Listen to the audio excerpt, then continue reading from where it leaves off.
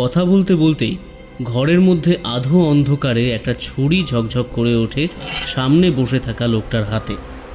আশুতোষবাবু কিছু বোঝার আগেই পলকের মধ্যে সেই ছুরিটা তার গলা লক্ষ্য করে চালিয়ে দেয় লোকটা। একটা আর্তনাদ করে আশুতোষ হালদার পড়ে যান। সঙ্গে সঙ্গে পেছনের দিকের খোলা দরজাটার দিকে লোকটি দৌড়ে যায়। এদিকে সন্ধ্যের দিকে কি একটা কথা মনে হতেই পুলিশ অফিসার পার্থ ও গোপীনাথকে নিয়ে অর্জুন আবার রওনা হয়েছিল আশুতোষ হালদারের বাড়ির উদ্দেশ্যে। ঠিক যেই মুহূর্তে আশুতোষ হালদার এবং অন্য লোকের মধ্যে কথাবার্তা চলছে ততক্ষণে তারা সামনের দিক দিয়ে চলে এসেছিল। পুলিশ অফিসার বললেন, চায়ের দোকানের লোকটি বলেছে আশুতোষ বাবুর বাড়িতে কেউ একজন এসেছে, তাকে সে দেখেছিল এই বাড়িতে ঢুকতে। এর আগেও কয়েকবার লোকটাকে দেখা গেছে। আমার মনে হয় এটাই হলো সেই লোকটি যাকে আপনি সেদিন দেখতে পেয়েছিলেন।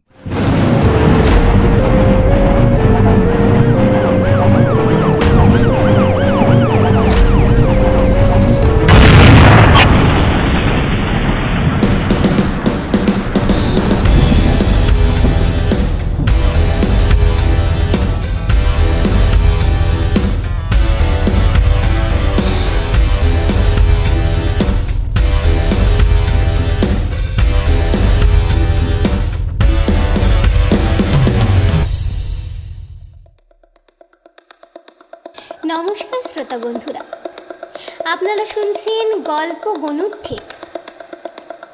আমরা আবার নিয়ে এসেছি গোয়েন্দা অর্জুন সিরিজের একটি দুর্ধর্ষ কাহিনী, রবীন্দ্র ভিলার খুন।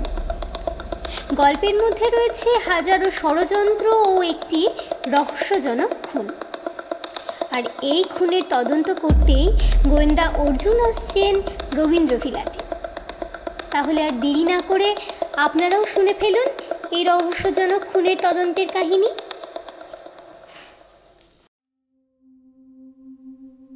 দিনটা শুরু বর্ষাকাল বলেই নয়, বেশ কিছুদিন ধরে বৃষ্টির দাপট চলছে।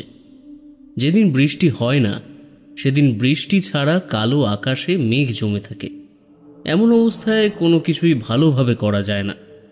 রবীন্দ্রবাবু নিজেও এই কয়েকটা দিন কেমন যেন আদর্শের মধ্যে কাটিয়েছিলেন। তিনি সেভাবেই এখনও বারান্দার কাছে বসেছিলেন। টিপটিপ করে বৃষ্টি হচ্ছিল একটু আগেই, এখন থামলেও ঠান্ডা একটা বাতাস ছড়িয়ে রয়েছে চারপাশে। প্রায় 7টা বাজতে চলেছে। একটু পরেই চারপাশে আরও গভীর অন্ধকার নেমে আসবে। উপরের ঘরে মিস্টার বসুর রাতের খাবারের ব্যবস্থা করে দিয়ে তারপর রবীন্দ্রবাবু এখান থেকে চলে যাবেন। প্রত্যেক দিন একই নিয়ম। অন্তত এই 7টা দিন মিস্টার বসু এখানে থেকে দেখতে চেয়েছেন। তারপর তিনি বাড়িটা কেনার ব্যাপারে কথা বলবেন। একবার যদি বাড়িটা বিক্রি হয়ে যায় তাহলে রবীন্দ্রবাবুর মাথা থেকে একটা ঝামেলা মিটে যায়। রাতের বেলা খাবার এমনিতে তৈরি, তবুও যদি অন্য কিছু লাগে তাই ভেবে রবীন্দ্রবাবু সিঁড়ি দিয়ে উঠে গেলেন দোতলায়। উপরে দোতলায় দুটো পাশাপাশি ঘর। একদম শেষের দিকের ঘরটাতেই মিস্টার বসু থাকেন। ঘরের দরজা বন্ধ। এই সময় ভদ্রলোক একটু পড়াশুনো আর তার লেখালেখির কাজকর্ম করেন।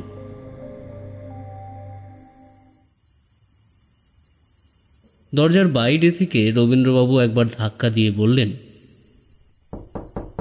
মিস্টার বসু, বলছি আপনার রাতের খাবারের ব্যবস্থাটা কি করে দেব? আসলে আজ একটু তাড়াতাড়ি বাড়ি ফিরতে পারলে ভালো হতো। বাড়িতে কিছু প্রয়োজনীয় কাজ রয়েছে। চিন্তা করবেন না, কাল সকাল সকাল আমি চলে আসব। মিস্টার বসু। ঘরের ভেতর থেকে কোনো সাড়া পাওয়া যায় না। দোতলার ব্যালকনির মতো জায়গাটা অন্ধকার। আলো নেই এমন নয়, তবে ইলেকট্রিসিটি এই বৃষ্টির সময় মাঝে মাঝে চলে যায়। তাই সঙ্গে করে একটা টর্চ নিয়ে উঠে এসেছিলেন রবীন্দ্রবাবু। এবার আরও একবার দরজা ধাক্কা দিয়ে তিনি বললেন, শুনতে পাচ্ছেন মিস্টার বসু? আপনি শুয়ে পড়লেন নাকি মিস্টার বসু? কিন্তু না, ভেতর থেকে কোনো সাড়া নেই। 3বারের জায়গায় যখন 5বার দরজায় করাঘাত এবং তারপর ধাক্কাধাক্কি হলো, তখন কিন্তু রবীন্দ্রবাবু মনে মনে কেন যেন ভয় পেতে শুরু করলেন। আশ্চর্য, ভদ্রলোক কি শুয়ে পড়লেন নাকি? কিন্তু উনি তো এত তাড়াতাড়ি ঘুমোন না। আর তাছাড়া ঘুমোলেও এত ডাকাডাকিতে শুনতে পাবেন না। মিস্টার বসু, শুনতে পাচ্ছেন? মিস্টার বসু। রবীন্দ্রবাবু অবাক হতে লাগলেন। একটা অজানা আশঙ্কায় তার মাথার ভেতরটা যেন দপদপ করতে লাগলো। কালকেই 7 দিন হবে। তার আগে যদি কোনো সমস্যা হয় তাহলে তো আবার তাকে শূন্য হাতে বসে থাকতে হবে। তিনি দরজার ওপর এবার জোরে ধাক্কা দিলেন, কিন্তু না, দরজা কিছুতেই খুলছে না। আরেকবার ধাক্কা দিতে যাচ্ছিলেন রবীন্দ্রবাবু, তারপর কি যেন মনে হতে তিনি থেমে গেলেন। তাড়াতাড়ি নিচে একতলায় নেমে এলেন। যে ঘরে টেলিফোন আছে সেখান থেকে পুলিশকে টেলিফোন করার দরকার। সেই মুহূর্তে ইলেকট্রিসিটি কি করে যেন এসে পড়ল। রবীন্দ্রবাবুর ভয়টা খানিক কমে গেল। তিনি পুলিশে টেলিফোন করলেন।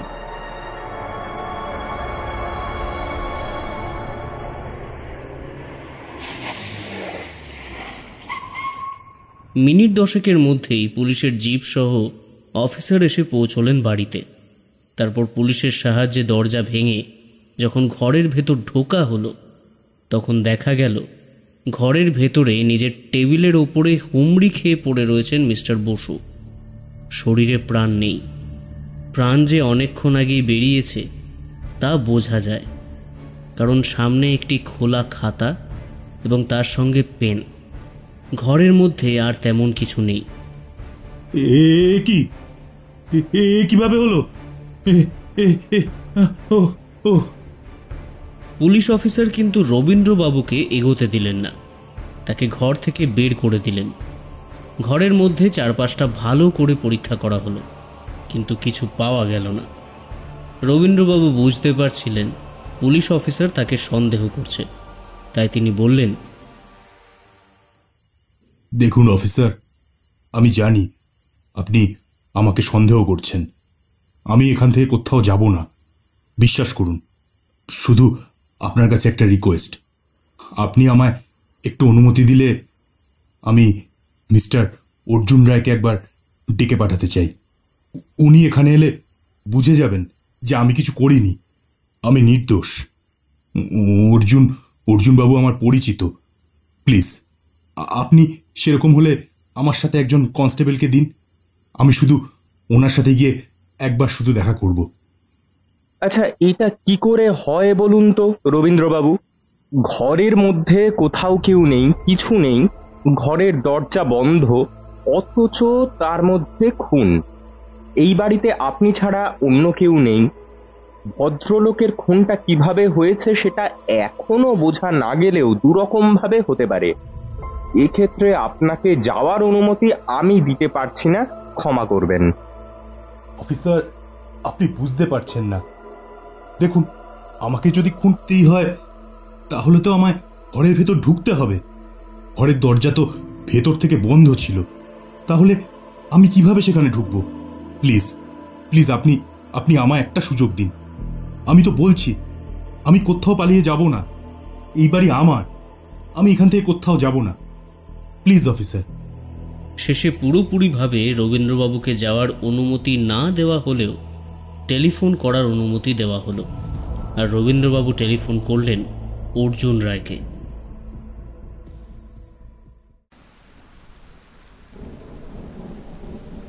কিন্তু বাইরে এমন বৃষ্টি হচ্ছে, এর মধ্যে আমরা যাব কি করে? তাছাড়া অর্জুনদা এই সময় হঠাৎ করে খবরটা পেয়ে তুমি নিশ্চয়ই সেখানে যাবে। অর্জুন তৈরি হচ্ছিল। এই কথা শুনে বলল, দেখ পার্থ, এখন বেশ রাত হয়ে গেছে, তাই তোকে সঙ্গে করে নেওয়াটা ঠিক দেখাবে না। আমি একা গিয়ে ব্যাপারটা দেখে আসি। তাছাড়া একটু আগে ঘটনাটা ঘটেছে, নানা রকম সমস্যা হতে পারে। তুই বাড়িতেই থাক, মলয়টা তো রইল। হ্যাঁ, তারপর আমি ফিরে এসে তোকে সব কথা বলছি। কিন্তু আমি সঙ্গে গেলে কোনো সমস্যা হতো কি? প্রথম থেকেই আমি কেসটার ব্যাপারে সব কিছু জানতে পারতাম। আমি ফিরে আসার পর এমনিতেই তুই সব জানতে পারবি, কিন্তু সমস্যাটা হলো সময়। আমি তোকে তাই নিয়ে যেতে চাইছি না। বিশেষ করে ওই যেখানে আমরা যাচ্ছি ওই জায়গাটার কথা এর আগে আমিও শুনেছি। এর আগেও সেখানে একটা অদ্ভুত ব্যাপার ঘটেছিল। সমস্ত কিছুই তোকে ফিরে এসে বলবো। আমি চলি, নিচে পুলিশের জিপ দাঁড়িয়ে আছে। পার্থ আর জোর করল না। তখন বৃষ্টি আবার টিপটিপ করে নামতে শুরু করেছে। ছাতা নিয়ে অর্জুন গিয়ে উঠল পুলিশের জিপে। জিপে ড্রাইভার ছাড়া আরেকজন কনস্টেবল রয়েছে। টেলিফোনে রবীন্দ্রবাবুর সঙ্গে কথা হওয়ার পরে পুলিশ অফিসার নিজেই অর্জুনের সঙ্গে যোগাযোগ করেছিল। দেখা গেল পুলিশ অফিসারের সঙ্গেও অর্জুনের আগে থেকেই যোগাযোগ রয়েছে। ঘটনাস্থলে পৌঁছতে তার বেশি সময় লাগলো না। একতলার বারান্দার কাছে একটা কনস্টেবলের সাথে বসে রয়েছেন এই বাড়ির মালিক রবীন্দ্র সান্যাল। তিনি অর্জুনকে দেখেই উঠে এসে বললেন, মিস্টার রায়, আপনি আপনি এসেছেন। যাক, আমি নিশ্চিন্ত হলাম। আমি আমি এই সমস্যায় শুধু শুধু জড়িয়ে পড়েছি। আপনি বিশ্বাস করুন, আমি এসবের সাথে কোনোভাবেই জড়িত নই। আমি কিছু জানি না। আপনি এখানেই থাকুন, ওপরে পুলিশ অফিসার আছে, তার সঙ্গে আমি কথা বলে আসছি। জায়গাটা দেখেও আসি। আশা করি মৃতদেহ এখনো ভেতরেই আছে। মিস্টার রায়, এই ব্যাপারটা যদি বাইরে জানাজানি হয়ে যায়, আমার বাড়িটার বদনাম হয়ে যাবে। প্লিজ মিস্টার রায়, সেই কারণেই। আপনি এসব কি বলছেন রবীন্দ্রবাবু? একটা লোক মারা গেছে, যেভাবেই মারা যাক না কেন, একটা লোক মারা পড়েছে, অর্থাৎ খুন হয়েছে। এটা এখন আপনার কাছে গুরুত্বপূর্ণ নয়? তার বদলে আপনার বাড়িটা গুরুত্বপূর্ণ? না না মিস্টার রায়, আপনি ভুল বুঝছেন। সেরকম ব্যাপার নয় আসলে। ঠিক আছে, আপনি বরং আগে উপর থেকে ঘুরে আসুন, আমি আপনাকে সমস্ত কথা খুলে বলছি। অর্জুন আর কথা বাড়ালো না, উপরে উঠে গেল। দেখুন অর্জুন বাবু, দরজা যে ভিতর থেকে বন্ধ ছিল সে কথা কিন্তু নিশ্চিত। সে কারণেই রবীন্দ্রবাবুকে আপনাকে টেলিফোন করার অনুমতিটা দিয়েছিলাম। না হলে কিন্তু আমারও কেন জানি না মনে হচ্ছিল রবীন্দ্রবাবু এসবের সঙ্গে জড়িয়ে আছে। শক্ত কোনো প্রমাণ ছাড়া কোনোভাবেই কাউকে অপরাধী বলে সাব্যস্ত করা যাবে না ইন্সপেক্টর। আচ্ছা, এখানে আসার পরে আপনি তো দরজা ভেঙেছেন, ঘরে ঢোকার পর অদ্ভুত কিছু লক্ষ্য করেছেন? কথা বলতে বলতে অর্জুন ঘরের ভেতরে চারপাশে ঘুরে দেখছিল। ছোটোখাটো ছিমছাম ঘর, তেমন কিছুই নেই। একপাশে একটা বিছানা, একটা আলমারি, আলনা, স্বাভাবিক যা থাকে আর কি। টেবিলের কাছে ডাই করে রাখা কিছু বইপত্র, খাতা, কলম। ভদ্রলোক কিছু লিখছিলেন। সেই খাতাটা তখনও খোলা রয়ে গিয়েছে। পেনটা পড়ে আছে টেবিলের নিচের দিকে। ততক্ষণে পুলিশ অফিসারের হাতে উঠে এসেছে গ্লাভস। অর্জুন নিজের পকেট থেকে নিজের গ্লাভস বার করল। এটা সে সঙ্গেই রাখে, বলা যায় না কখন কি প্রয়োজনে লেগে যায়। বইপত্র, টুকিটাকি জিনিসপত্র নাড়াচাড়া করে দেখতে লাগলো সে। ঠিক যেখানে টেবিল, তার সামনের দিকেই একটা জানালার পাল্লাগুলো বন্ধ, ভেতর থেকেই বন্ধ করা। ঘরে আসার পরে জানালাগুলো এখনো পর্যন্ত খুলে দেখেননি পুলিশ অফিসার। আচ্ছা, জানলাগুলোকে একবার খুলতে পারি? নিশ্চয়ই পারেন, কিন্তু অর্জুন বাবু, মৃতদেহ আমাদের নিয়ে যেতে হবে। পোস্টমর্টেম না করা অবধি তো কিছুই বোঝা যাচ্ছে না যে আসলে কিভাবে মৃত্যুটা হয়েছে।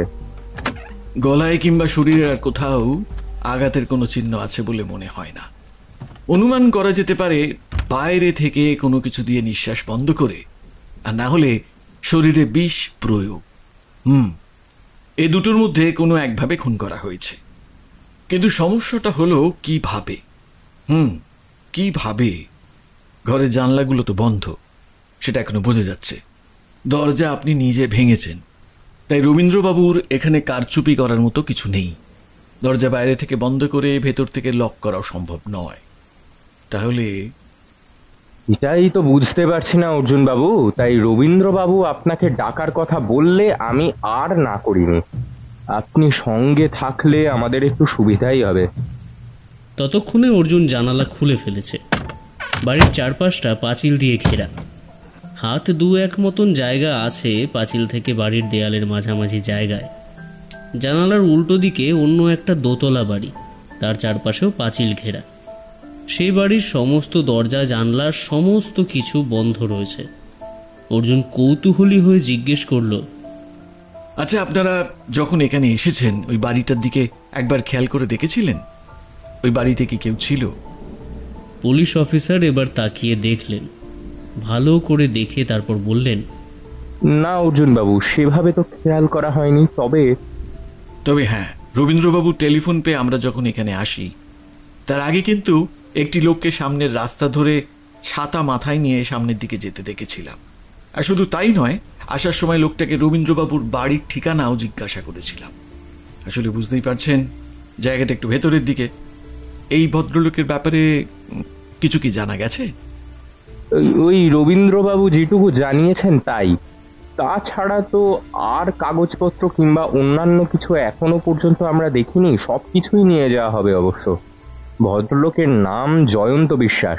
এক সময় সরকারি অফিসে কাজকর্ম করতেন, তারপর সে সমস্ত ছেড়ে চলে গিয়ে বইপত্র পড়েন এবং সামান্য লেখালেখি করেন। এই বাড়িটা কেনার জন্য উনি এখানে এসেছিলেন।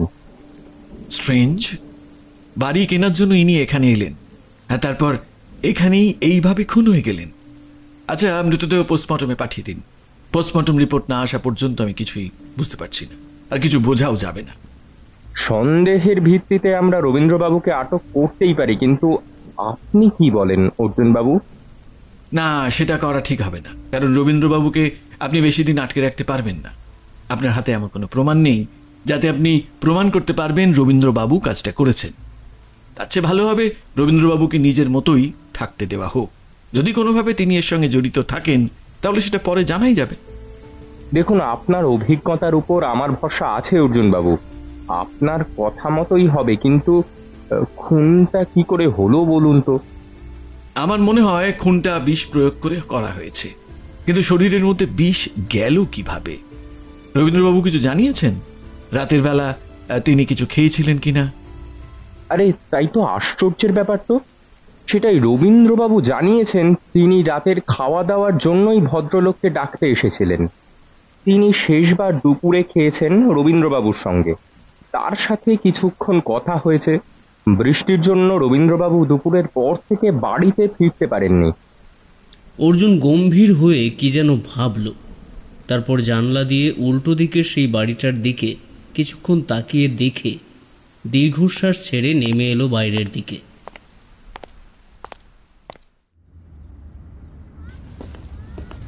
পরদিন গোপীনাথবাবু যখন অর্জুনের বাড়িতে এলেন তখন সকাল প্রায় 10টা বাজে। তার হাতে খবরের কাগজ। ঘরে ঢুকে মলয়দাকে চায়ের কথা বলে বসার ঘরে একটা সোফার উপর একটু গুছিয়ে বসে নিয়ে বললেন, কি ব্যাপার বলো তো অর্জুন? শুনলাম নলিপাড়ার কাছে একটা নাকি খুন হয়েছে। খবরটা সকালেই পেলাম। তবে তুমি তো জানো আমার লোক নানা জায়গায় ঘুরে বেড়াচ্ছে, অনেকেই আমায় ভালো টালো বাসে, তাই অনেক খবরই পাই। সকালে মর্নিং ওয়াকে বেরিয়ে খবরটা পেয়েই ভাবলাম তোমার সঙ্গে একবার দেখা করে যাই। ঠিকই শুনেছো গোপীনাথ, কাল রাতেই ওখানে আমি গিয়েছিলাম। ওই মোটামুটি 7:30 বা তার কম বেশি হবে। খুন হয়েছেন জয়ন্ত বিশ্বাস নামের এক ভদ্রলোক, মোটামুটি তোমার দলের লোক। আমার দলের লোক মানে? আপনাদের লোক মানে ওই ভদ্রলোক ও লেখক টুকিটাকি লিখেছেন। সমস্যাটাই অর্জুনদার কাছ থেকে খবর পাওয়া। গোপীবাবু, কেউ আবার বেছে বেছে শহরের লেখকদের টার্গেট করছে না তো? গোপীনাথ একটু ভীতু প্রকৃতির মানুষ, তবে বিশেষ প্রয়োজনে সে প্রচণ্ড সাহসী হয়ে ওঠে। অর্জুনের মুখে অদ্ভুতভাবে বলা কথাটা শুনে সে আরেকটু গুছিয়ে বসে বলল, পার্থ, সকাল সকাল তুমি মস্করা কেন করছো বলো তো? আরে জয়ন্ত বিশ্বাস যদি লেখকই হয়ে থাকে তার মানে তো এটা নয় যে কেউ বেছে বেছে শহরের লেখকদেরই টার্গেট করছে। হতে পারে জয়ন্ত বিশ্বাসকে কেউ মারতে চেয়েছিল। এখানেও একটা সমস্যা থেকেই যাচ্ছে গোপীনাথ। আসলে জয়ন্তবাবু কিন্তু এই দিককার লোক নন। তিনি মাত্র সপ্তাহখানেক আগে ওই বাড়িটায় থাকতে এসেছিলেন ওই রবীন্দ্রবাবুর কাছে। বাড়িটা কেনার কথাবার্তাও চলছিল। আসলে রবীন্দ্রবাবুর সঙ্গে তার কথা হয়েছিল, ওই বাড়িতে তিনি 7 দিন থাকবেন, তারপর অবস্থা বুঝে তিনি বাড়ি কেনার কথা বলবেন। কিন্তু সমস্যাটা হলো 6 দিন ভালোভাবে কেটে গেল, আর 7 দিনের দিন মানে গতকাল রাতেই কিন্তু তিনি খুন হয়ে যান। বন্ধ ঘরের মধ্যে খুন? কিন্তু প্রশ্নের উত্তর তো এখনো আসেনি। মনে হয় উদুম।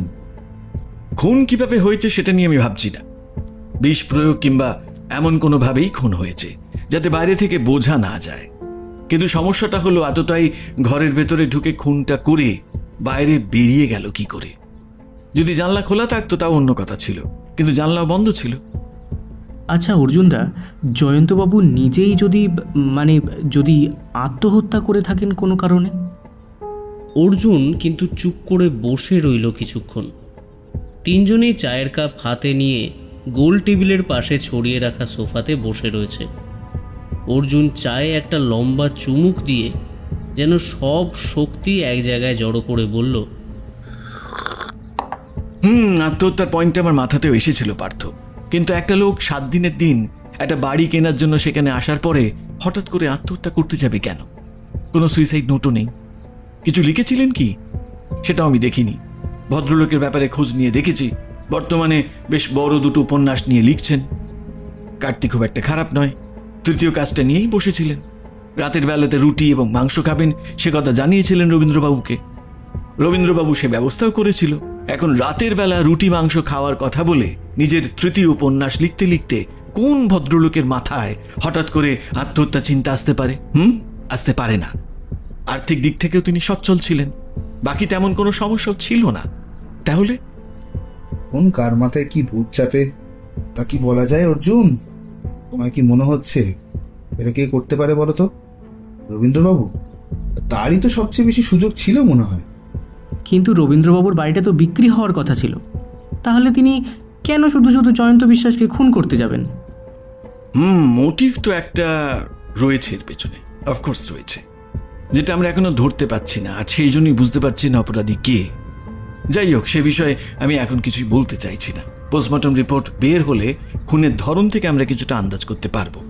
তবে আমার কেন জানি না মনে হচ্ছে অপরাধী জয়ন্তবাবুর মৃত্যুর সময় তার আশেপাশে কোথাও ছিল। হ্যাঁ, আশেপাশেই কোথাও ছিল। পার্থ আর গোপীনাথ একে অপরের মুখ চাওয়াচাওয়ি করলো একবার, তারপর তাকিয়ে দেখল অর্জুনের মুখে ফুটে উঠেছে একটা চিন্তার ভাঁজ। পার্থ মনে মনে ভাবতে লাগলো, বন্ধ ঘরের মধ্যে যদি আত্মহত্যা না হয়ে খুন হয়, তাহলে অপরাধী বের হলো কোথা থেকে?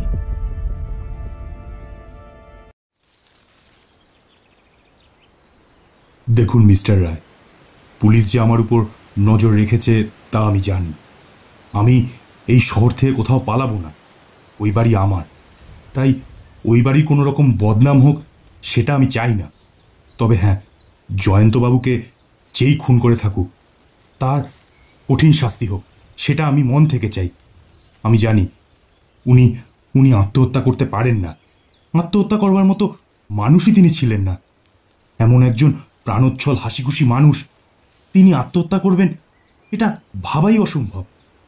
রবীন্দ্রবাবুর বাড়িতে অর্জুন, পার্থ ও গোপীনাথ তিনজনেই সেদিন দুপুরের দিকে গিয়েছিল। রবীন্দ্রবাবুর স্ত্রী এবং 1 বছর 4 মেয়ে রয়েছে।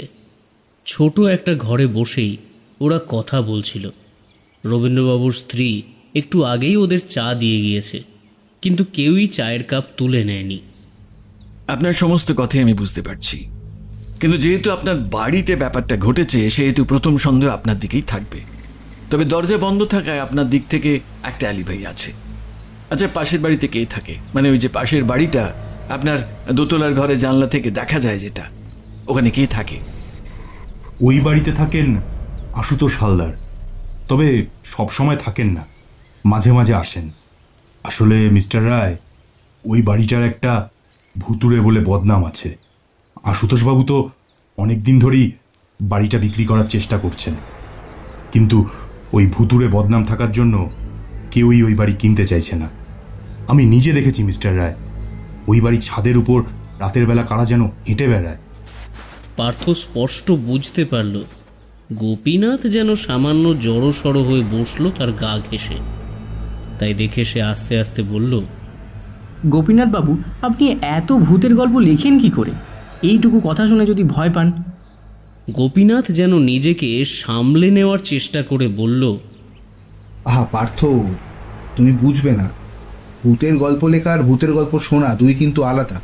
তাছাড়া যেখানে রাতের অন্ধকারে এমন একটা খুন হয়ে গেল আর তার পাশের বাড়িতে যদি ভূত থাকে, তাহলে কিন্তু ব্যাপারটা সত্যি একটু ডেঞ্জারাস। ঠিক কতটা ডেঞ্জারাস সেটা পার্থ বুঝতে পারছিল। গোপীনাথ বাবুর ডেঞ্জারাস কথাটা বলার সঙ্গে সঙ্গে অর্জুন বলতে শুরু করলো, আশুতোষ হালদার। আচ্ছা আচ্ছা, যেদিন ঘটনাটা ঘটে মানে ওই সন্ধ্যে থেকে রাতের বেলা আপনি আপনার বাড়ির আশেপাশে কাউকে দেখেছিলেন? আচ্ছা, প্রয়োজনীয় কথা, জয়ন্তবাবুর সঙ্গে আপনার শেষ কখন দেখা হয়েছিল? ওই দিনই বিকেলবেলায়। আসলে বিকেলের দিকে ঘুম থেকে উঠে ওনার একটু হাঁটাহাঁটি করার অভ্যেস ছিল। কখনো বাড়িতেই হাঁটাহাঁটি করতেন, আবার কখনো বাইরেও যেতেন। তা সেদিনকে বাড়িতেই হাঁটাহাঁটি করছিলেন। আমি গেলাম, তারপর বাড়ির বিক্রির ব্যাপারে কিছু কথাবার্তা হলো। ভদ্রলোক বললেন আরেকটা দিন যাক, তারপর বাড়ি বিক্রির ফাইনাল কথাবার্তা বলবো। আমিও মনে মনে বেশ খুশি হয়েছিলাম। তারপর ওখান থেকে বেরিয়ে আমি একবার বাজারে যাই। আসলে রাতের বেলা ডিনারে জয়ন্তবাবু রুটি আর মাংস খাবেন বলেছিলেন, তাই ওই জোগাড়যন্ত্র করার জন্য আর কি। তারপর ওই 4:30 নাগাদ আমি যখন ফিরে আসি, তখনও তিনি নিচেই ছিলেন। আমাকে বললেন তিনি এখন লেখালেখি করবেন, তাই তাকে যেন বিরক্ত না করি। একেবারে রাতের খাবার সময় যেন তাকে ডাকা হয়।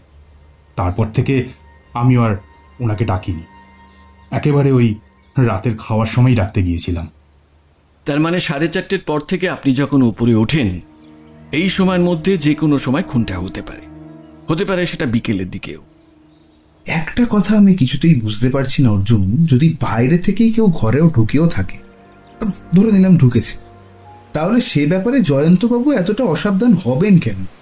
ওনার তো সন্দেহ হওয়া দরকার। তাছাড়া নিজে থেকেই যদি কেউ উপরে যায়, সেটা একটা ফাঁক রয়েছে। কিন্তু রবীন্দ্রবাবু, আপনি যখন ওখান থেকে বেরিয়ে এসেছেন, সেই সময় যে কেউ বাড়িতে ঢুকতে পারে এবং সেই গিয়ে পৌঁছতেও পারে জয়ন্তবাবুর কাছ পর্যন্ত। কিন্তু মিস্টার রায়, জয়ন্তবাবু তো এখানে কাউকেই খুব ভালোভাবে চিনতেন না, তাহলে উনি অ্যালাউ করবেন কেন? আপনি ভুলে যাচ্ছেন রবীন্দ্রবাবু, একজন লেখক তিনি। অনেককে তিনি না চিনলেও অনেকেই তাকে চিনতেন। আর হতেই পারে তার এমন কারোর সঙ্গে পরিচয় হয়েছিল যে আপনাকে এবং আপনার আশেপাশের সমস্ত কিছু চিনত। কিন্তু অর্জুনদা, মোটিভ কি? জয়ন্তবাবুকে খুন করে কার কি লাভ হবে? অর্জুন উঠে পড়ল। চায়ের কাপগুলো শেষ হয়ে গিয়েছিল। উঠে আসার আগে অর্জুন বলল, মোটিভটা একটা আছেই পার্থ, কিন্তু সেটা যে কি সেটাই আমি বুঝতে পারছি না। যাক, সেটা কিছু তো একটা হবে, তা প্রাথমিকভাবে ধারণা করা মুশকিল। আচ্ছা, আশুতোষ হালদার, মানে আপনার পাশের বাড়িতে যিনি থাকেন, তিনি সেদিন ওই বাড়িতে ছিলেন কি না, মানে সে ব্যাপারে আপনি নিশ্চিত নন, তাই তো? রবীন্দ্রবাবু মাথা নাড়াতেই ওরা 3 জন বেরিয়ে এলো। নিচে নেমে গোপীনাথ বললেন, এই অর্জুন, তুমি কি করতে চাইছো বলো তো? হঠাৎ এই আশুতোষ হালদারকে নিয়ে আবার পড়লে কেন? আর খুন হয়েছে জয়ন্তবাবু, সন্দেহ রয়েছে রথীন্দ্রবাবুর দিকে, তার মাঝে এই আশুতোষ বাবু কি করবে? হ্যাঁ, দেখাই যাক না, যদি আশুতোষ বাবু কিছু জানতে পারেন। তবে তোমাদের আমার সঙ্গে আসতে হবে না। পার্থ, গোপীনাথকে নিয়ে তুই বরং একবার থানা থেকে ঘুরে আয়। থানায় গিয়ে ইন্সপেক্টরকে আমার কথা বললেই ইন্সপেক্টর বুঝতে পারবে। একটা খবর নেওয়ার কথা আছে।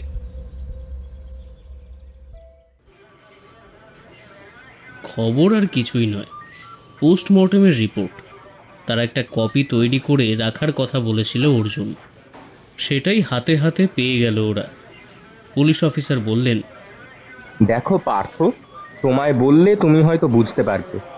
পোস্টমর্টেম রিপোর্ট দেখলে আমার দাদা সব কিছু বুঝতে পারলেও খুনটা আমরা যখন মৃতদেহ খুঁজে পাই তার অনেকক্ষণ আগে হয়েছিল, অন্তত ঘন্টা 2। আশ্চর্য, এই কথাটাই তো অর্জুন বলছিল রবীন্দ্রবাবুর বাড়িতে, যে খুনটা বিকেলের দিকে হয়ে থাকতে পারে। তার মানে অর্জুন কিছু একটা বুঝতে পেরেছে। অর্জুন বাবু কি বুঝতে পেরেছেন জানি না, তবে গোপীনাথ বাবু, আমি কিন্তু এখনো খুনটা কিভাবে হলো সেটা বুঝতে পারিনি। শরীরের বিষ পাওয়া গেছে, আর সেই বিষ খুব তীব্র। শরীরে যাওয়ার কিছুক্ষণের মধ্যে প্রথমে শরীরের রক্ত চলাচল এবং তারপরে শরীরের নার্ভকে স্লো করে দেয়। তারপর আস্তে আস্তে মৃত্যু হয়েছিল। ডাক্তারের কথা অনুযায়ী বিষ শরীরে যাওয়ার পর মৃত্যু হওয়ার সময়ের মধ্যে প্রায় আধ ঘন্টা সময় লেগেছিল। কিন্তু এই আধ ঘন্টা সময় চিৎকার কিংবা কথাবার্তা কেউ শুনতে পেল না কেন? আসলে ওই বিষ এমন ছিল যেটা খাওয়ার পর থেকে মাথা ঝিমঝিম করতে শুরু করে, শরীরে জোর কমে আসতে থাকে। এই কারণে হয়তো তিনি টেবিল থেকে উঠতেই পারেননি। টেবিলে কাজ করতে করতে সেই অবস্থাতেই ঝুঁকে পড়েন। কিন্তু অর্জুন আগে তো সন্দেহ করেছেন বিষ প্রয়োগে মৃত্যু হয়েছে। সে কথাটা যে অর্জুন বুঝতে পেরেছে তা আমি ভালোভাবেই জানি। তাহলে কি? সে কথার উত্তর পাওয়া গেল না। ওরা পোস্টমর্টেম রিপোর্ট নিয়ে ফিরে গিয়ে দেখল অর্জুন তখনও ফেরেনি। গোপীনাথ নিজের বাড়ি চলে গেলেও পার্থ রিপোর্টটা ভালো করে দেখল। অর্জুনের সাহায্যে সে রিপোর্ট ভালো করে দেখা শিখেছে। পুলিশ অফিসারের বলা কথাগুলো মিথ্যে নয়, সমস্ত কিছুই ভালোভাবে লেখা আছে। এমনকি বিষের ব্যাপারটাও ভালোভাবে লেখা রয়েছে। মৃতদেহের পেটে দুপুরের খাবারের সঙ্গে সঙ্গে পাওয়া গিয়েছে একটা মিষ্টির টুকরো। সম্ভবত সেই মিষ্টির টুকরোর মধ্যেই ছিল বিষ। পার্থ অপেক্ষা করতে লাগলো অর্জুনের জন্য। অর্জুন ফিরলে তাকে সমস্ত কথা জানাতেই হবে। কিন্তু অর্জুন যখন ফিরল তখন অনেকটা রাত হয়ে গিয়েছে।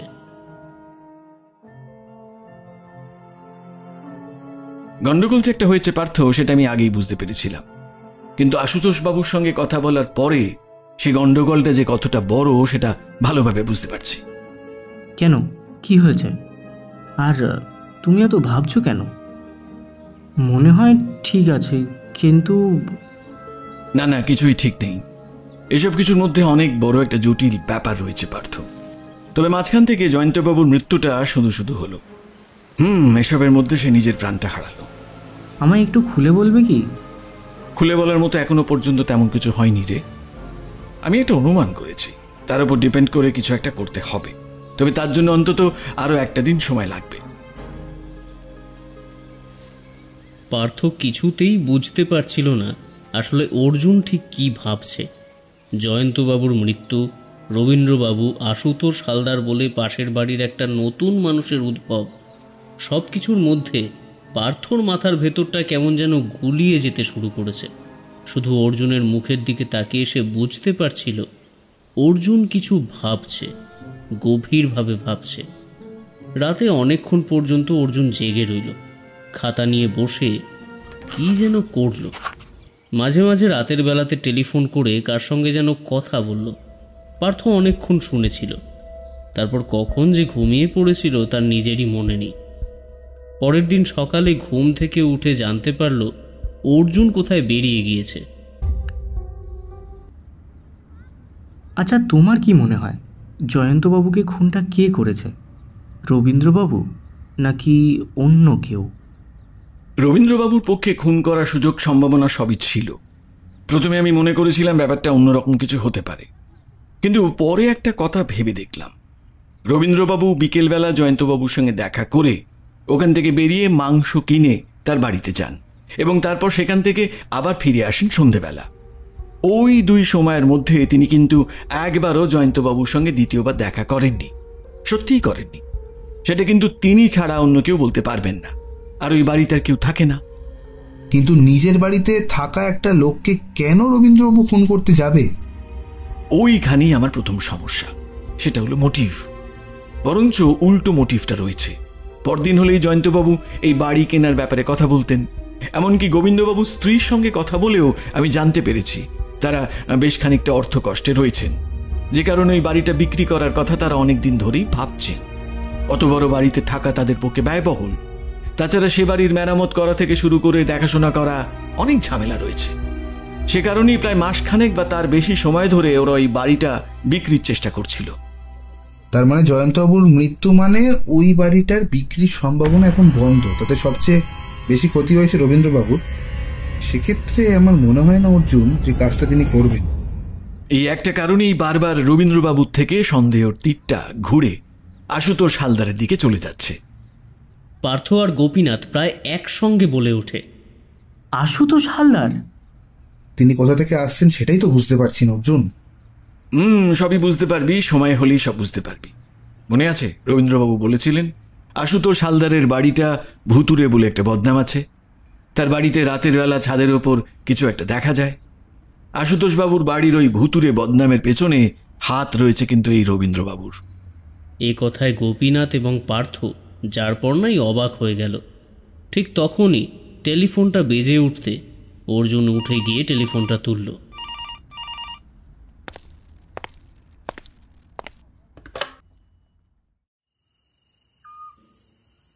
কিছু যে একটা হয়ে যাবে সেটা তো আমি ভাবতে পারিনি। তুমি যে আমায় এত বড় সমস্যায় ফেলবে সেটা যদি আমি জানতাম তাহলে কিছুতেই তোমার কথায় রাজি হতাম না। কেন এত বড় ভুল করছো তুমি বুঝতে পারছো না? তুমি বুঝতে পারছো না ওই রবীন্দ্র শুধু তোমার নয়, আমারও শত্রু। তাই ওকে যত বিপদে ফেলা যায় ততই ভালো। আর লোকটাকে তো আমিও মারতে চাইনি, আমি শুধু চেয়েছিলাম ওকে ভয় দেখাতে। কিন্তু এমন কিছু যে একটা হয়ে যাবে সেটা তো আমিও জানতাম না। কিন্তু তুমি বলেছিলে লোকটাকে ভয় দেখিয়ে সেখান থেকে তাড়িয়ে শুধুমাত্র রবীন্দ্রবাবুর কাছ থেকে কম দামে বাড়িটা কেনাই তোমার লক্ষ্য। তাহলে লক্ষ্য তো তোমারও অনেক কিছুই ছিল। এর আগে ওই বাড়ি কেনার জন্য যারা এসেছে তাদের সবাইকে তুমি কান ভাঙিয়ে সেখান থেকে সরিয়ে দিয়েছ, যাতে রবীন্দ্রবাবুর বাড়ি বিক্রি না হয়। করনি? যে কাজটা রবীন্দ্র আমার ক্ষেত্রে করেছে সেই কাজ আমিও তার ক্ষেত্রে করেছি, কিন্তু তাই বলে কারোর খুন করার কথা ভাবিনি। চুপ করে থাকো। এ কথা যেন একদম কাকপক্ষীতেও টের না পায়, ঠিক আছে? তোমার কাছে ওই গোয়েন্দা লোকটা এসেছিল না, কি বলেছো ওকে? যা সত্যি তাই বলেছি, তবে ওই জয়ন্তবাবুর সঙ্গে যে আমাদের পরিচয় হয়েছিল সে ব্যাপারে কোনো কিছু বলিনি। খুব ভালো, ওরা কিন্তু আবার আসবে, খুব সাবধান। পুলিশ কিন্তু এত সহজে ব্যাপারটাকে ছাড়বে না। জয়ন্ত বিশ্বাসের লেখক হিসেবে খুব বেশি নাম না থাকলেও তিনি একজন রিটায়ার সরকারি কর্মচারী। তাছাড়া পুলিশের সঙ্গে ওই গোয়েন্দা বেটা যখন মিলেছে তখন সে এত সহজে ছাড়বে না। আজকে আমরা এখান থেকে চলে যাব। তুমি তো বলেছিলে আমার বাড়িটা বেশি দামে বিক্রি করে দেওয়ার ব্যবস্থা করবে, তো সেই ব্যবস্থাটা করে দাও, তাহলেই তো হয়। না হলে কিন্তু আমি পুলিশকে সমস্ত কথা বলে দেবো। আমার যা শাস্তি হবার হবে, সঙ্গে তুমিও তো গিরগিটি আশুতোষ বাবু, তুমিও তো রবীন্দ্রবাবুর মতন রং বদলাও। বেশ, কিন্তু এইবার আমি এত সহজে আর ছাড়ব না। কথা বলতে বলতেই ঘরের মধ্যে আধো অন্ধকারে একটা ছুরি ঝকঝক করে ওঠে সামনে বসে থাকা লোকটার হাতে। আশুতোষবাবু কিছু বোঝার আগেই পলকের মধ্যে সেই ছুরিটা তার গলা লক্ষ্য করে চালিয়ে দেয় লোকটা। একটা আর্তনাদ করে আশুতোষ হালদার পড়ে যান। সঙ্গে সঙ্গে পেছনের দিকের খোলা দরজাটার দিকে লোকটি দৌড়ে যায়। এদিকে সন্ধ্যের দিকে কি একটা কথা মনে হতেই পুলিশ অফিসার পার্থ ও গোপীনাথকে নিয়ে অর্জুন আবার রওনা হয়েছিল আশুতোষ হালদারের বাড়ির উদ্দেশ্যে। ঠিক যেই মুহূর্তে আশুতোষ হালদার এবং অন্য লোকের মধ্যে কথাবার্তা চলছে ততক্ষণে তারা সামনের দিক দিয়ে চলে এসেছিল। পুলিশ অফিসার বললেন, চায়ের দোকানের লোকটি বলেছে আশুতোষ বাবুর বাড়িতে কেউ একজন এসেছে, তাকে সে দেখেছিল এই বাড়িতে ঢুকতে। এর আগেও কয়েকবার লোকটাকে দেখা গেছে। আমার মনে হয় এটাই হলো সেই লোকটি যাকে আপনি সেদিন দেখতে পেয়েছিলেন। যাই হোক, এখন বাড়ির ভেতরে কি ঢুকবো না ওপর থেকে নজর রাখবো? আমার তো মনে হয় নজর রাখলে ভালো হয়। বাড়ির ভেতরে যখন ঢুকেছে তখন বাইরে বেরোবে নিশ্চয়ই। কি একজন চিৎকার করে উঠলো বলে মনে হলো না অর্জুনদা? ওই দেখো, ওই দেখো কে যেন পালাচ্ছে। চোখের নিমেষে পার্থর আঙুল অনুসরণ করে অর্জুন দেখল বাড়ির পেছনের দিক দিয়ে কে একজন পালাচ্ছে। সে ছুটে গিয়ে সামনের দিকে হাতের ইশারায় পুলিশ অফিসারকে তার পেছনে আসতে বলল। পার্থ আর গোপীনাথ ইশারা বুঝতে পেরে ঢুকে গেল বাড়ির পেছনের দিক দিয়ে বাড়ির ভিতরে। ততক্ষণে গলার কাছে প্রচণ্ড আঘাতে কাতরাতে শুরু করেছে আশুতোষ হালদার। ঘাড়ের একপাশ থেকে লম্বা হয়ে দাগ কেটে গিয়েছে ছুরিটা। এ কি, অনেক রক্ত পড়ছে তো। গোপীনাথবাবু, তাড়াতাড়ি, খুব তাড়াতাড়ি কিছু একটা করুন। যেভাবেই হোক কাছাকাছি কোথাও গিয়ে একটা অ্যাম্বুলেন্সের ব্যবস্থা করুন। গোপীনাথ অ্যাম্বুলেন্সের ব্যবস্থা করতে চলে গেল। পার্থ ততক্ষণে ঘরের ভেতর থেকে একটা কাপড় এনে রক্ত আটকাবার চেষ্টা করছে। আপনি এখন কথা বলবেন না, কোনো কথা বলবেন না আপনি। এখন আপনি কথা বললেই রক্ত পড়া বাড়বে। আপনি একটু অপেক্ষা করুন, এক্ষুনি অ্যাম্বুলেন্সের ব্যবস্থা করা হবে। আশুতোষ হালদার আর কোনো কথা বলতে পারলেন না। তিনি কেমন যেন ঘুমিয়ে পড়তে লাগলেন। গোপীনাথ অ্যাম্বুলেন্সের ব্যবস্থা করেছিল, কিন্তু অ্যাম্বুলেন্স আসতে খানিকটা সময় লেগে গেল। ততক্ষণে আশুতোষ হালদারের প্রায় জ্ঞান হারিয়ে ফেলার মতো অবস্থা। সামনের চায়ের দোকানদারের কাছে অর্জুন এবং পুলিশ অফিসার গিয়ে তাদেরকে হাসপাতালের কথা বলে দিল। ওরা তখনই অ্যাম্বুলেন্সে করে রওনা দিল হাসপাতালের উদ্দেশ্যে। লোকটি ছুটতে ছুটতে বাড়ি থেকে বাইরের দিকে আসতে যেতেই বুঝতে পারে পেছন থেকে অর্জুন আর পুলিশ অফিসার ছুটে আসছে। সে দ্রুত ছুটে যায় বাড়ির পেছনের দিকে। সেখানে একটা ফাঁকা জায়গার পাশে একটা ছোট্ট ডোবা, তারপরেই মাটির একটা রাস্তা চলে গিয়েছে ভেতরের এলাকার শেষ প্রান্তের দিকে। সেখানে গিয়ে রাস্তাটা উঠে গিয়েছে আবার একটা পাকা রাস্তার কাছে। পেছন থেকে পুলিশ অফিসার চিৎকার করে বললেন, দাঁড়াও বলছি, না হলে আমি গুলি চালাতে বাধ্য হব। দাঁড়াও। গুলি চালাবেন না, গুলি চালালে ওকে ভালোভাবে ধরা যাবে না, আর এই আধো অন্ধকারের মধ্যে পায়ে গুলি লাগবে না। আচ্ছা আচ্ছা, আমি দেখছি। পুলিশ অফিসার এগোতে লাগলেন। অর্জুন ছুটে গেল সামনের দিকে। ছুটতে ছুটতে ওরা সেই ডোবার এক পাশের একটা ঢোক মতো জায়গার কাছে এসে পড়ল। সামনের লোকটা তখন হুমড়ি খেয়ে পড়েছে, পায়ে যেন কিছু একটা বেঁধে গিয়েছে তার। এদিকে অর্জুন ওর কাছাকাছি পৌঁছে গিয়েছে। অর্জুন কিছু করার আগেই লোকটা মাটি থেকে উঠে পড়ল। ছুরিটা নিয়ে ঝাঁপিয়ে পড়তে গেল অর্জুনের গায়ের ওপর। অর্জুন আরেকটা হাতের ধাক্কায় তার ছুরি ধরা হাতটাকে অবলীলায় একপাশে ঠেলে দিল, আর অন্য হাত দিয়ে তার ঘাড়ের কাছে একটা ধাক্কা মেরে তাকে ফেলে দিল মাটির ওপরে। খবরদার, খবরদার, আবার যদি আক্রমণ করার চেষ্টা করো তাহলে কিন্তু ফল ভালো হবে না একদম। আমাকে ধরা এত সহজ নয়। আমি কিছু করিনি। আমাকে ছেড়ে দে বলছি, তোরা ছেড়ে দে। ছেড়ে তো দেবই, তার আগে কয়েকটা প্রশ্নের যে উত্তর দিতে হবে বাবা। আর আমার চোখের সামনে অর্জুন বাবুর উপর ছুরি নিয়ে আক্রমণ করার জন্য তো একটা শাস্তি দেওয়াই যেতে পারে। শুধু এইটুকুই নয়, আশুতোষ বাবুর উপর হামলা। তিনি এখন কেমন আছেন জানি না, আর তাছাড়া জয়ন্ত বিশ্বাসের খুনের অভিযোগেও শাস্তি দেওয়া যেতে পারে। কে জয়ন্ত বিশ্বাস? আমি চিনি না। কথাটা বলেই সে আরেকবার ছুরিটা তুলে নিয়ে ঝাঁপিয়ে পড়তে যায় অর্জুনের দিকে। কিন্তু এবার আর অর্জুন কোনো সুযোগ দেয় না। সপাটে একটা লাথি চালায় লোকটার বুকের কাছটা লক্ষ্য করে। ছুরি ধরা হাতটা এগিয়ে আসার আগেই সে ছিটকে যায়। অর্জুনের বয়স প্রায় 40-এর উপরে। লোকটার বয়স 35 কিংবা তার একটু বেশি হবে। কিন্তু প্রথম থেকেই বেশ কিছু প্রশিক্ষণ নেওয়ার জন্য অর্জুনের শরীরটা এখনও তরতাজা রয়েছে এবং তার রিফ্লেকশনও বেশ ভালো। তাই আরও দুবার আক্রমণ করতে গেলেও লোকটা পরাজিত হয়। হাত থেকে ছুরিটা পড়তেই পুলিশ অফিসার এগিয়ে গিয়ে তার হাতটা পিছমোড়া করে ধরে তাকে হাত করা পরিয়ে দেয়। লোকটা তখনও বলছে, আমি কিছু করিনি, কোনো প্রমাণ নেই, আমি কিচ্ছু করিনি। যদি আশুতোষ বাবু বেঁচে থাকেন তাহলে তিনি প্রমাণ দেবেন, আর না হলে একটু কষ্ট হবে, তবে ঠিক বার করা যাবে। সমস্ত কাজটা তুমি করেছো কিংবা তুমি করিয়েছো।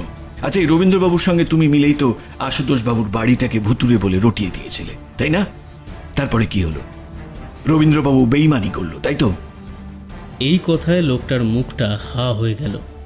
তাকে টানতে টানতে নিয়ে ওরা যখন ঘরের কাছে এসে পড়ল, ততক্ষণে অ্যাম্বুলেন্সের শব্দটা শোনা যাচ্ছে দূর থেকে। মনে হয় আশুতোষ বাবুকে অ্যাম্বুলেন্সে নিয়ে গেছে। আপনি ওকে নিয়ে আসুন, আমি তাড়াতাড়ি গিয়ে দেখি। পুলিশের জিপটা ছিল বাইরের দিকে। সেই জিপের কাছে এসে লোকটাকে তুলে নিয়ে পুলিশের সাথে পাঠিয়ে দিল অর্জুন, এবং সে রওনা দিল হাসপাতালের উদ্দেশ্যে। আমার মনে হয় আমি আর বাঁচব না অর্জুন বাবু। রবীন্দ্রবাবুকে যদি একবার ডেকে দেন তাহলে। আপনি বলার আগেই তাকে আমি খবর দিয়ে দিয়েছি, আপনার কিছু হবে না, আপনি ঠিক হয়ে যাবেন। একটু সামলে থাকুন ব্যাস। আপনার ট্রিটমেন্ট হলেই সব ঠিক হয়ে যাবে। রবীন্দ্রবাবুর সঙ্গে আপনার পরে কথা হবে। আশুতোষবাবু জ্ঞান হারাতে তাকে নিয়ে যাওয়া হলো অপারেশন রুমে। ঘণ্টাখানেক পর অপারেশন রুম থেকে যখন তাকে বার করা হলো, তখন তিনি ঘুমোচ্ছেন। ডাক্তার জানালেন অন্তত 24 ঘন্টা না কাটলে কিছু বলা যাচ্ছে না। হাসপাতালে রবীন্দ্রবাবু নিজেও এসেছিলেন।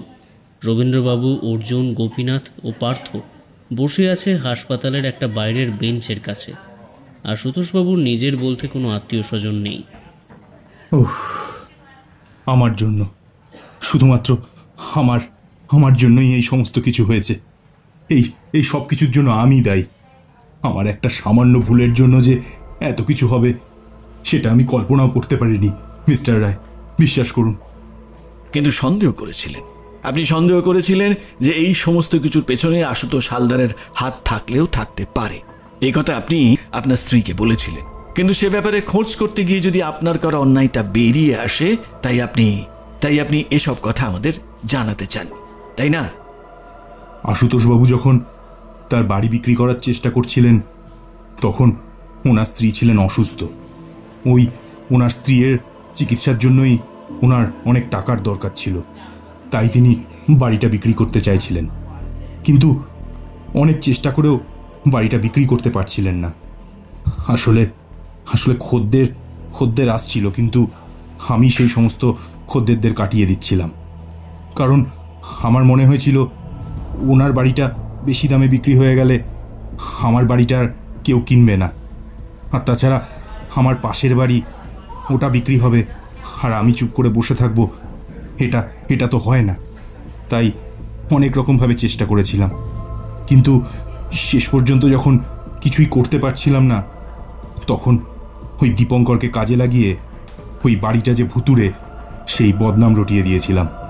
তারপর আশুতোষবাবুর বাড়িও আর বিক্রি হলো না, টাকার অভাবে আশুতোষবাবুর স্ত্রীও। কথাটা বলতে বলতে মাথা নিচু করে ফেললেন রবীন্দ্রবাবু। কিন্তু সেই ঘটনা আজ থেকে বছরখানেক আগের কথা। আপনি হঠাৎ আপনার বাড়ি বিক্রির কথা ভাবলেন কি করে? আসলে আমার মেয়ের ক্যান্সার ধরা পড়ে, লাস্ট স্টেজ। ওর ট্রিটমেন্টের জন্য অনেক টাকার প্রয়োজন। আমার যা সঞ্চয় ছিল সমস্তটাই ওর চিকিৎসায় শেষ হয়ে গিয়েছে, তাই বাধ্য হয়েই এই বাড়িটা বিক্রি করার কথা চিন্তা করেছিলাম। কিন্তু অনেক চেষ্টা করেও কিছুতেই খদ্দের জুটছিল না। পরে অবশ্য অনেকের কাছে শুনেছিলাম যে ওই আশুতোষবাবুই নাকি আমার খদ্দেরদের ভাগিয়ে দিচ্ছিলেন। এখন আমিও তো ওনার সাথে একই কাজ করেছিলাম, তাই ওনাকে কিছু বলতে পারিনি জানেন। তারপর এই জয়ন্তবাবুর সাথে যোগাযোগ হলো। উনি আমাকে বললেন যে উনি এখানে 7 দিন থাকবেন, তারপর ভালো করে দেখে শুনে এই বাড়ি কিনবেন। আমি তখন খুব খুশি হয়েছিলাম, যাক ফাইনালি এই বাড়িটাকে তো বিক্রি করতে পারবো, আর আমার যে টাকার দরকার সেটাও অ্যারেঞ্জ হয়ে যাবে। এরপরে একদিন আশুতোষবাবুর সাথে দেখা হয়েছিল, তখন তাকে সমস্তটা বলেছিলাম। উনি সামান্য হেসে বলেছিলেন, আপনার বাড়িটা হয়ে গেলে আমারটাও একটু দেখবেন। যা হয়েছে সে সমস্ত কিছু না হয় ভুলে যান। বিশ্বাস করুন মিস্টার রায়, আমি সমস্তটা ভুলে যেতে চেয়েছিলাম। আমি জানি দোষ আমি করেছি, তাই যে দোষ আমি করেছি সেটা শোধরাতে চেয়েছিলাম। কিন্তু ওই দীপঙ্কর যে এমন একটা কাজ করবে। দীপঙ্করকে আপনি অন্য কথা দিয়েছিলেন। আশুতোষবাবুর বাড়িটা ভুতুরে বলে প্রতিপন্ন করতে পারলে ওই বাড়িটা কম টাকায় আপনি দীপঙ্করকে ব্যবস্থা করে দেবেন বলেছিলেন। কিন্তু আশুতোষবাবু মাঝখানে বেঁকে বসলেন। তিনি কম টাকায় সেটা বিক্রি করতে চাননি, কারণ ততদিনে তার স্ত্রী মারা গেছে। আমার কিছুই করার ছিল না মিস্টার রায়। পরে ওই দীপঙ্কর আমার বাড়িটাই চেয়ে বসে কম টাকায়, সেটা তো আর আমার পক্ষে সম্ভব নয়। তাই দীপঙ্করের সঙ্গে আমার একটু ঝামেলা হয়, কথা কাটাকাটি হয়। তাও আজ থেকে প্রায় 6 মাস আগে। তারপর এই মাস 2 আগেই আমি বাড়িটা বিক্রি করার চেষ্টা শুরু করি। তারপরেই জয়ন্তবাবুর সাথে যোগাযোগ হয়। কিন্তু একটা কথা আমি এখনও বুঝতে পারছি না অর্জুনদা, তাহলে জয়ন্তবাবুকে খুন করার চেষ্টা কে করেছিল? আশুতোষ হালদার নাকি দীপঙ্কর? আশুতোষবাবু এবং দীপঙ্কর দুজনেই পুলিশের কাছে সমস্ত কথা স্বীকার করবে আশা করি। তবে আমার মনে হয় আশুতোষবাবু করেছিলেন। আশুতোষবাবু ওই বাড়িতে মাঝে মাঝেই যেতেন। দোতলায় জয়ন্তবাবু থাকতেন, তাকে নিশ্চয়ই দেখতে পেয়েছিলেন। জয়ন্তবাবু লেখক, সময় সুযোগ বুঝে এই বাড়িতে এসে জয়ন্তবাবুর সঙ্গে আলাপও করেছিলেন আশুতোষবাবু। এর মাঝে রবীন্দ্রবাবুকে তিনি একদিন জানিয়েছিলেন যে এখানকার একজনের সঙ্গে তার পরিচয় হয়েছে। আশুতোষবাবু হয়তো নিজের নাম ভালোভাবে বলেননি, কিংবা আশুতোষবাবুর সঙ্গে রবীন্দ্রবাবুর শত্রুতা মনে করিয়ে দিয়ে জয়ন্তবাবুকে সে কথা চাপা রাখতে বলেছিলেন। জয়ন্তবাবু সেই কাজই করেছেন। আর ওই বিষের ব্যাপারটা? এ ব্যাপারে আশুতোষবাবু যেখানে থাকেন সেখানকার এক মিষ্টির দোকানের লোকের সঙ্গে আমি কথা বলে দেখেছি। সেদিন দুপুরে আশুতোষবাবু মিষ্টি কিনেছিলেন, তারই মধ্যে একটি হয়তো তিনি দিয়েছিলেন জয়ন্তবাবুকে। একটার বেশি দেওয়া যাবে না, তাদের সমস্যা হতে পারে, কিন্তু একটা দিতে গেলে এমন কিছু বলতে হবে যেটা জয়ন্তবাবু বিশ্বাস করবেন। আপনাদেরও হয়তো মনে হয়েছে জয়ন্তবাবুর ঘরে টেবিলের পাশে একটা ছোট্ট ডাস্টবিনের মতো জিনিস ছিল, তার মধ্যে একটা কাগজের টুকরো পাওয়া গিয়েছিল। সেই কাগজের টুকরোটা পুলিশ প্রথমে সেভাবে পরীক্ষা না করলেও পরে আমার কথায় পরীক্ষা করে দেখেছিল ওই কাগজের টুকরোতে মিষ্টি আনা হয়েছিল। মিষ্টিটা সন্দেশ জাতীয় এবং তার মধ্যে মেশানো হয়েছিল বিষ। সেটাকে নিজের কাজ করেছিলেন জয়ন্তবাবু। বিষটা আস্তে আস্তে শরীরে কাজ করতে শুরু করে এবং বিষ কাজ করতে শুরু করলে জয়ন্তবাবুর ঘুম আসে এবং গোটা শরীর অসাড় হয়ে যায়। আশুতোষবাবু জানতেন না যে ওই বিষে মৃত্যু হবে। তিনি জানতেন ওই বিষ আসলে শরীর অসুস্থ করে দেবে এবং তারপর হাসপাতালে ভর্তি হবেন জয়ন্তবাবু। তাতে তিনি আর ওই বাড়িটা কিনবেন না। বিষটা যে ওই সন্দেশের মধ্যেই ছিল সে ব্যাপারে জয়ন্তবাবু কিছু বুঝতে পারবেন না, কারণ এর আগেও হয়তো মাঝে মাঝে আশুতোষবাবু বাড়িতে আসার সময় কিছু দিয়েছেন। রবীন্দ্রবাবু দুপুরে কিন্তু বাড়িতে ফিরে যেতেন। সেদিন বৃষ্টির জন্য থেকে গিয়েছিলেন বিকেলের সময়। তিনি ফিরতেন একেবারে সন্ধ্যের পরে, অর্থাৎ দুপুর থেকে বিকেল সময়টা ফাঁকা থাকত। আপনাকে তো আমি বলেইছিলাম মিস্টার রায়, জয়ন্তবাবুর বিকেলে ঘুম থেকে উঠে একটু হাঁটাহাঁটির অভ্যেস ছিল। বেশিরভাগ সময় উনি বাড়িতেই হাঁটাহাঁটি করতেন, কিন্তু মাঝে মধ্যে বিকেলের দিকে রাস্তায়ও বেরোতেন, এমনকি সামনাসামনি একটু বেরিয়েও আসতেন। এভাবেই বেশ কয়েকজনের সাথে পরিচয় হয়েছিল ওনার। তাদের মধ্যে দু একজন তার সঙ্গে দেখা করতে এসেছে, এসব কথা তিনি আমায় বলেছিলেন। কিন্তু এদের মধ্যে যে আশুতোষবাবু ছিলেন, বিশ্বাস করুন সেটা আমি জানতাম না। আশুতোষবাবু খুনটা করতে চাননি, কিন্তু দীপঙ্কর বুদ্ধি করে খুনটা করিয়ে দেয়, যাতে এক কাজে সে দুটো কাজ করতে পারে। দুটো কাজ?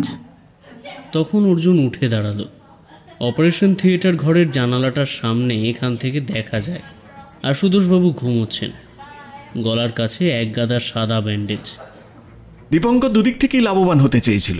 রবীন্দ্রবাবুকে সমস্যায় ফেলে তার বাড়িটা কম টাকায় কিনে নেওয়া এবং আশুতোষবাবুকে ব্ল্যাকমেল করে তার বাড়িটাও কম টাকায় হাতিয়ে নেওয়া, এই দুটো কাজই করতে চেয়েছিল সে।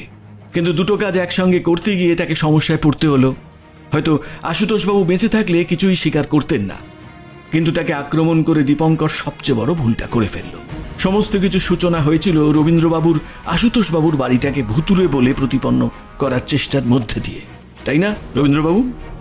রবীন্দ্রবাবু কিছু বললেন না, মাথা নিচু করে চুপ করে রইলেন। কিছুক্ষণ পর আস্তে আস্তে বললেন, মিস্টার রায়, আমি অন্যায় করেছি, আর যে অন্যায় আমি করেছি তার বোধহয় কোনো প্রায়শ্চিত্ত হয় না। তবে বিশ্বাস করুন, আশুতোষবাবু ঠিক হয়ে গেলে আমি ওনার কাছে গিয়ে সমস্তটা স্বীকার করে ক্ষমা চাইব, আর তারপর আমার বাড়ির সাথে সাথে ওনার বাড়িটাও যাতে সঠিক দামে বিক্রি করা যায় তার চেষ্টা আমি করব। ইন্সপেক্টর এবং তার সঙ্গে আসা দুজন কনস্টেবল তখন সেখানে এসে পড়ল। অর্জুনের সঙ্গে কিছুক্ষণ কথাবার্তার পর তার হাতের ইশারায় গোপীনাথ, রবীন্দ্রবাবু ও পার্থ বেরিয়ে এলো। অর্জুন হাঁটতে হাঁটতে বলল, পাহাড়া থাকবে এখানে, দীপঙ্করকে আটকে রাখা হয়েছে, আপনি বাড়ি ফিরে যান। পার্থ আমার সঙ্গে চল। গোপীনাথ, তুমিও চলো, বাড়ি চলে যাও, এখন আর কিছুই হবে না। আশুতোষবাবু ঠিক না হওয়া পর্যন্ত এই কেসটা এখানে আটকে থাকবে। তবে আশা করি সমস্তটাই তোমাদের কাছে পরিষ্কার হয়ে গেছে, বাকিটা শুধু সময়ের অপেক্ষা মাত্র। সবাই হাঁটতে হাঁটতে এগোতে লাগলো হাসপাতালের বাইরের দিকে। তখন অনেক রাত, বাইরে কালো অন্ধকার ছড়িয়ে রয়েছে। পুলিশের জিপেই ওদের ফেরার ব্যবস্থা হয়েছে। পার্থ কিন্তু মনে মনে বেশ খুশি হয়েছিল, এমন একটা অদ্ভুত ব্যাপার অর্জুনদা সমাধান করতে পেরেছে। পার্থর মতে, যে কেস অর্জুনদা সমাধান করতে পারবে না সেই কেস পৃথিবীতে কোনো গোয়েন্দার পক্ষে সমাধান করা সম্ভব না।